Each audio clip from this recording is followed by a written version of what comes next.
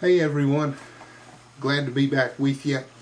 Just came in from church tonight. It's Wednesday evening.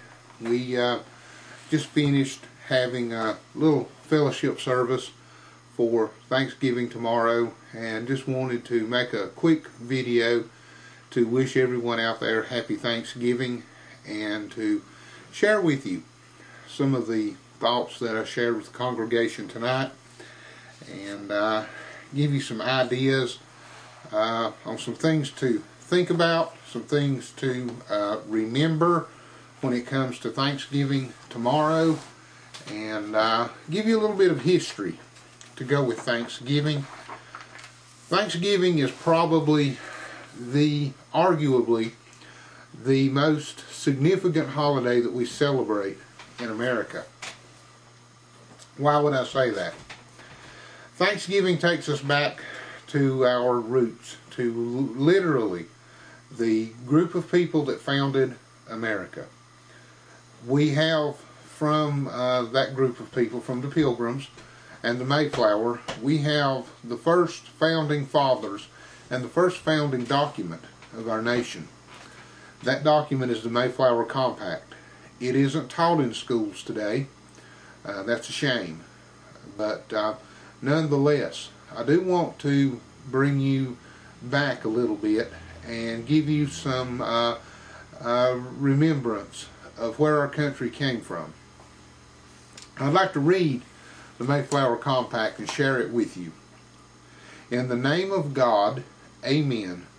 We whose names are underwritten, the loyal subjects of our dread sovereign Lord, King James, by the grace of God, of Great Britain, France, and Ireland, King, defender of the faith, having undertaken for the glory of God and advancement of the Christian faith and honor of our King and country, a voyage to plant the first colony in the northern parts of Virginia, do by these presents solemnly and mutually, in the presence of God and one of another, covenant and combine ourselves together into a civil body politic for our better ordering and preservation and furtherance of the ends aforesaid, and by virtue hereof to enact constitutions and offices from time to time as shall be thought most meet and convenient for the general good of the colony, unto which we promise all due submission and obedience. In witness whereof we have hereunder subscribed our names at Cape Cod, the 11th of November, which would be November 21st of our present calendar, in the year of the reign of our sovereign Lord, King James of England, France, and Ireland, the 18th, and of Scotland, the 54th, Anno Domini 1620, and undersigned are 41 names of people who agreed to follow this compact. This was the first founding document of our nation, having undertaken for the glory of God and advancement of the Christian faith. America was founded as a Christian nation, and Thanksgiving celebrates that. That cannot be argued. It cannot be disputed. It is true. Also, the first Thanksgiving took place in November of 1621. There are only two accounts of what took place that day. And I'd like to share those with you as well. By Edward Winslow, he wrote, "Our harvest being gotten in, our governor sent 4 men on fowling, so that we might after a special manner rejoice together, after we had gathered the fruits of our labors. They 4 in one day killed as much fowl, as with a little help beside served the company almost a week.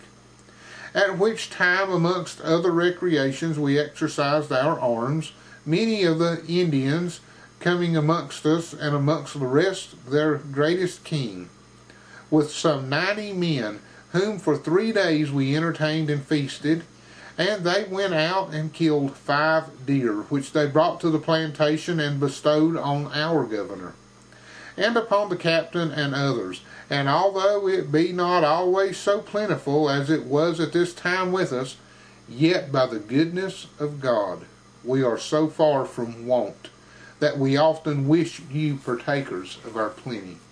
That was written to friends and family of Edward Winslow in England, trying to convince them to come to the new land and settle there with them.